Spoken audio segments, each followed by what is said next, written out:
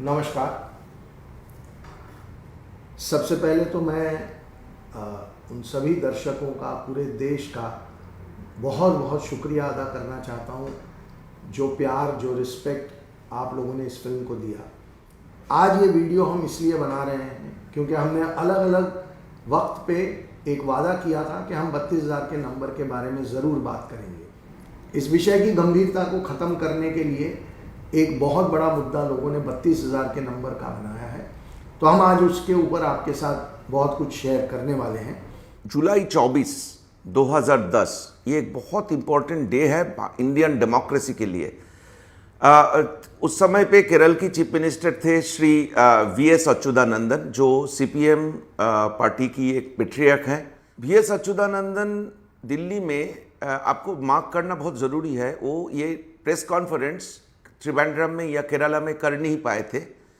उनको दिल्ली आना पड़ा था। दिल्ली प्रेस क्लब में एक प्रेस कॉन्फ्रेंस में उन्होंने एक करीबन 27 मिनट की एक भाषण दिए थे, जो वीडियो यूट्यूब में अवेलेबल है। लेकिन उसमें जो सबसे इम्पोर्टेंट मुद्दा था वो है, उन्होंने बोला था कि अगले 20 साल में केरला एक इस्लामिक स्टेट बन जाएगी। ഒരു 20 കൊല്ലം കഴിയുമ്പോൾ ഇന്ത്യ കേരളം ഒരു മുസ്ലിം രാജ്യമാകും, ഭൂരിപക്ഷമാകും. അതിന് ചെറുപ്പക്കാരായിട്ടുള്ള ആളുകളെല്ലാം തന്നെ സ്വാധീനിച്ചിട്ട് പണം കൊടുത്തിട്ട് അവരെ മുസ്ലിമാക്കുക, മുസ്ലിം യുവതികളെ കല്യാണം കഴിക്കുക, അങ്ങനെ മുസ്ലിം ജനിക്കുക. ആ തരത്തിൽ ഇങ്ങനെ മറ്റ് സമുദായങ്ങളിൽ നിന്നെല്ലാം വ്യത്യസ്തമായിട്ട് മുസ്ലിം സമുദായത്തിന് ഭൂരിപക്ഷം ഉണ്ടാക്കുക എന്നുള്ള ഉദ്ദേശത്തോടു കൂടിയിട്ട്। अच्छा, बड़ी मज़ेदार बात यह है कि उस समय पे केरल से पॉलिट ब्यूरो मेंबर थे जिनका नाम था कॉमरेड पिनायरी विजयन। श्री विजयन आज केरल की चीफ मिनिस्टर है। उन्होंने तहे दिल से वी.एस. अच्युतानंदन जी की कमेंट्स को सपोर्ट किया था। आज जो क्रिटिसिज्म हमारे फिल्म के लिए हो रहा है केरल में, और जो पिनायरी विजयन सर पब्लिक भी आके प्रेस कॉन्फ्रेंस में जो बोला है कि हमने फैक्ट्स को डिस्टॉर्ट किया है, हमने प्रोपागेंडा फिल्म बनाए हैं, जो बात उन्होंने आज किए हैं और वो बात जो 24 जुलाई 2010 से अगले 2-3 दिन में उन्होंने किए थे, which is exactly 13 years back, दोनों में बहुत ज़्यादा डिस्क्रिपेंसीज है। और एक इम्पॉर्टेंट दिन है जो जून 25, 2012 केरल की लेजिस्लेटिव असेंबली की फ्लोर पे एक रिटन क्वेश्चन की आंसर में उस समय की जो केरल की चीफ मिनिस्टर थे ओमन चांडी जी, वो ऑफिशियली एक्सेप्ट करते हैं कि एक बहुत बड़े तादाद में इस देश में और पर्टिकुलरली केरला में कन्वर्जन हो रहा है। नंबर 2, उस दिन पूरे दुनिया को पता चलता है कि इस देश में 2 ऑफिशियल कन्वर्जन सेंटर है, एक पोन्नानी में, एक कोयिकोड में। नेक्स्ट पॉइंट, जो रेडिकलाइजेशन प्रोसेस में जो बार बार हम बातें करे आ रहे थे, हम एक वीडियो देखेंगे अभी। उस वीडियो में आप देखेंगे एक छोटे से बच्चे, मैक्सिमम 10-12 साल उम्र होगा, उसकी बॉडी लैंग्वेज आप फॉलो करिएगा।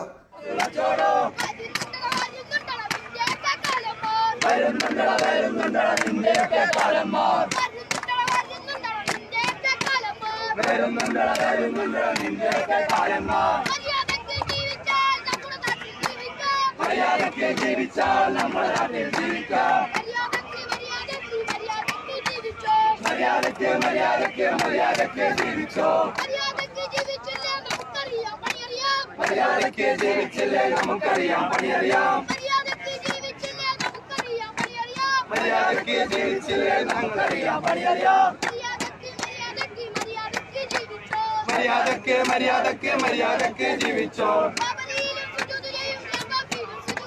ബാബരിയിലും സുജൂദ് ചെയ്യും, ഗാൻവാപ്പിയിലും സുജൂദ് ചെയ്യും. ബാബരിയിലും സുജൂദ് ചെയ്യും, ഗാൻവാപ്പിയിലും സുജൂദ് ചെയ്യും. ഇൻഷാ അല്ലാഹ്, ഇൻഷാ അല്ലാഹ് ഓർത്ത് വെച്ചോ സംഘികളെ. ഇൻഷാ അല്ലാഹ്, ഇൻഷാ അല്ലാഹ് ഓർത്ത് വെച്ചോ സംഘികളെ. പാകിസ്ഥാനിലും പോകൂല, ബംഗ്ലാദേശിലും പോകൂല. പാകിസ്ഥാനിലും പോകൂല, ബംഗ്ലാദേശിലും പോകൂല. പോകുകയാണേ ആരടി മണ്ണിൽ പോകുള്ളൂ പോകുകയാണേ ആരടി മണ്ണിൽ പോകുള്ളൂ പോകുന്നുണ്ട് സംഗീതി കേട്ടോളൂ പോകുന്നുണ്ട് സംഗീതി കേട്ടോളൂ സംഗീ നിന്നെ കൊണ്ട് ഞങ്ങളങ്ങ് പോകുള്ളൂ സംഗീ നിന്നെ കൊണ്ട് अस्सलाम अस्सलाम। ये जो आपने वीडियो देखा, आप देखिए कि खुलेआम रस्तों पे इस तरीके की नारेबाजी हो रही है और इनके सामने शायद कोई एक्शन लिया भी नहीं गया।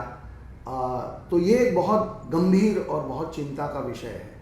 ये देखने के बाद आपको जो समाज प्रोग्रेसिव एक टैगलाइन लेते हैं, एक समाज जो एक धर्मनिरपेक्ष टैगलाइन लेते हैं, जो समाज इस देश में धर्मनिरपेक्षता की जो सेकुलरिज्म की जो कैपिटल बोल के क्लेम करते हैं, उसी जगह पे अगर इस लेवल पे रेडिकलाइजेशन छोटे बच्चे में होता है तो क्या उस सिस्टम को सवाल करने की टाइम नहीं आया?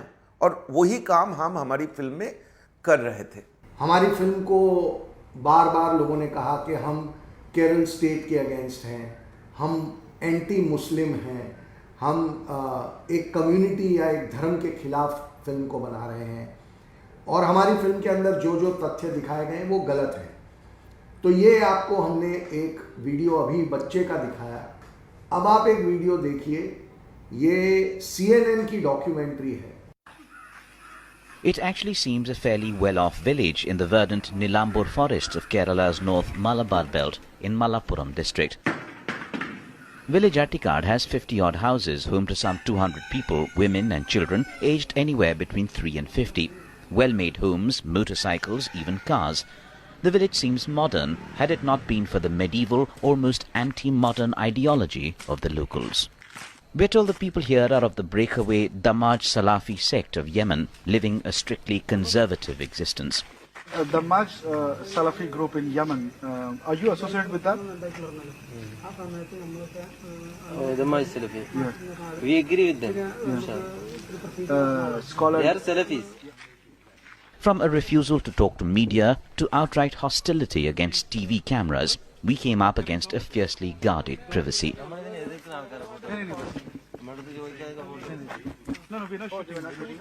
So, no modern education, no phones and TV gadgetry, completely apolitical, a non-polluting plainness dominates.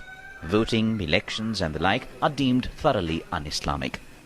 The primary occupation, they tell us, is farming and goat shepherding. The new Salafi sect, the Damaj Salafi, has been holding their base and conducting classes for students across the Kerala. Some of the people have left from here and gone to Yemen to go to the parent organization where the large sect of Damaj Salafis are studying and they are learning Quran and other Islamic religious teachings. Now we hear there is another branch of Damaj Salafi which has come up in Sri Lanka, and there's a lot of students are going from here to Sri Lanka to further their studies. This building is a school, a center for teaching of the Quran and Hadith to devout who used to come here till about a year back. Yeah, no, he's shooting me, not you. Salafi scholars here used to be known teachers of the Quran, and reports suggest at least 3 of those who left their homes in Kasargod were radicalized into the Salafist ideology here. The Amir, the spiritual head of the village, tells us the school shut down a year back, and radicalization charges are lies. In this place we have no Juma, no classes. तो आपने देखा कैसे इस documentary में they are confirming कि केरल के कुछ गांवों में शरिया लॉ चलता है। एक और आक्षेप हमारे अगेंस्ट लोगों ने लगाया कि हमने 32,000 का नंबर 3 कर दिया। तो मैं आज उसके बारे में भी बात करना चाहूँगा। एक बहुत ही अजीबोगरीब हकीकत जो है कि हमारे टीज़र का एक डिस्क्रिप्शन था जिसमें हमने वो 32,000 का नंबर लिखा था। हमारे सिस्टम को हैक किया गया सिर्फ 5 मिनट के लिए और उस नंबर को 3 पे बदला गया और हज़ारों लोग उस वक्त उस टीज़र को, जो कि 6 महीने पुराना टीज़र था, उसको हजारों लोग उसी वक्त देख रहे थे और उन सब ने वो चेंज देखा और उन सब ने उनके स्क्रीनशॉट लिए और उसको एक ट्रोल आर्मी ने बहुत जोर से सोशल मीडिया पे हम पे अटैक कर दिया कि देखिए हमने 32,000 के नंबर को अब 3 में बदल दिया और हम झूठे हैं, हम ये हैं वो हैं। तो ये एक सिस्टम हैक था जो हमने 5 मिनट में करेक्ट कर लिया और उसके बावजूद ये अटैक होता रहा और हमें बार बार ये कहा गया कि हमने 32,000 के नंबर को 3 का कर दिया। लेकिन वो जब डिस्क्रिप्शन करेक्ट हो गया और उसको वापस हमने 5 मिनट के अंदर ठीक करके 32,000 पे ले आए, उसके बारे में कोई बात नहीं हुई और ट्रोल आर्मी ऑब्वियसली उनको सच से कोई लेना देना होता नहीं है, तो उन्होंने उसका मुद्दा बनाने की तो एक बहुत सिस्टमेटिक तरीके से हमें टारगेट करने का ये एक और प्रयत्न था। तो मैं आज इस बात का भी खुलासा कर दूं कि ये 32,000 से 3 हमने चेंज नहीं किया था, ये हैक हुआ था सिस्टम जिसको हमने रिस्टोर करके फिर 32,000 का नंबर डाला था। लेकिन ट्रोल आर्मी इस सच को कभी नहीं मानेगी, ये आपके ऊपर है कि आप मानते हैं या नहीं मानते। और अब सबसे महत्वपूर्ण बात, आप सब ने जो सपोर्ट हमें दिया है और उस सपोर्ट की वजह से ये हमारा फ़र्ज़ था कि हम 32,000 के इस नंबर के ऊपर बात करें। तो उमान चांडी सर ने फ्लोर ऑफ द हाउस जो नंबर प्रेजेंट किया था ऑफिशियल डॉक्यूमेंट में, वो है 7,713, 7,713। ये उनका ऑफिशियल डॉक्यूमेंट है जो हम अब आपको दिखा रहे हैं। और कुछ बहुत ही जाने माने जो यूट्यूबर्स हैं उन्होंने कहा कि उनकी बहुत बड़ी रिसर्च टीम है और उस रिसर्च टीम ने एक नंबर निकाला जो कि 2,500 का नंबर था वगैरह वगैरह। वो अगर सचमुच 2 मिनट और रिसर्च करते तो उन्हें पता चल जाता कि उमान चांडी सर ने 7,713 का number floor of the house रखा था। अब हम नंबर जोड़ते जाएंगे और हम 32,000 पे कैसे पहुंचेंगे आप देखिए। 2 ऑफिशियल नंबर हमारे पास है जो न्यूज़पेपर में और केरल गवर्नमेंट की डॉक्यूमेंट में अवेलेबल है, वो आप लोग चेक कर सकते हैं, न्यूज़पेपर में चेक कर सकते हैं। वो है जो केरल में 2 ऑफिशियल कन्वर्शन सेंटर है, पोन्नानी और कोयिकोड में। उसकी 2015 का official conversion number is 900 and 2016 की ऑफिशियल कन्वर्शन नंबर 1312। आर्षा विद्या समाजम एक संस्था है। हम किसी भी लड़की का नाम पब्लिक नहीं करना चाहते, विक्टिम को शेम करना नहीं चाहते। उनके पास 6,500 लड़कियों का डेटा और रिकॉर्ड है। 6,500। आप में से जो कोई भी इस नंबर को चेक करना चाहता है वो आर्षा विद्या समाजम से चेक कर सकता है। हमने उनसे बात की है कि हो सकता है कि लोग आपके पास चेक करने आए और उन्होंने कहा है कि वो पूरा डेटा लोगों को ज़रूर दिखाएंगे। तो यहाँ तक जो नंबर हम लोगों ने जुड़ा वो है 7,713, 900, 1,312 और 6,500। ये आंकड़ा करीब करीब 15,500 से लेकर 16,000 के आसपास की है। अब हम बात करेंगे एडवोकेट प्रसिद्ध विश्वनाथन और उनकी संस्था हिंदू सेवा केंद्रम की। 2002 से इन्होंने मैनिपुलेटिव कन्वर्शन के ऊपर एक क्रांतिकारी काम किए हैं और पिछले 20-21 साल में उन्होंने कम से कम 14 से 15,000 मैनिपुलेटिव कन्वर्शन की केस को हैंडल की है। और उस काम के दौरान उन्होंने एक एक केस की केस डिटेल, केस हिस्ट्री को डॉक्यूमेंट किए हैं। उन्होंने हमें बोला है कि अगर आपको किसी को उनकी ये जो संख्या है, इनकी जो केस हिस्ट्री है, ये अगर आपको किसी को उनके साथ उनको देखना है, जानना है, उनके साथ आप डायरेक्टली कांटेक्ट कर सकते हैं। वो खुशी खुशी ये आप लोगों के साथ शेयर करेंगे। ये पहले की 4 संख्या और एडवोकेट विश्वनाथन की 13 से 14,000 की संख्या मिला के ये संख्या कुल पहुंचता है 31,000 या 31,000 से थोड़ा ज़्यादा। ये हमारी जो 32,000 की संख्या के बारे में हम लोग बार बार बात कर रहे थे, ये इसकी पृष्ठभूमि था। यह आंकड़ा जिसमें हम ना एवरेज कर रहे हैं किसी नंबर को, ना हम कन्वर्जन सेंटर के 2015 और 16 के बाद के या उससे पहले के जो नंबर्स हैं वो हम काउंट नहीं कर रहे हैं। और अगर हम ये सारे आंकड़े जोड़ें तो 30 से 31,000 ये आंकड़े होते हैं, और जो अनऑफिशियल है या जो रिकॉर्ड पे नहीं आए वो सब जोड़ते चले जाएं तो लोकल लोगों का कहना है कि ये नंबर 50-60 हज़ार के ऊपर है।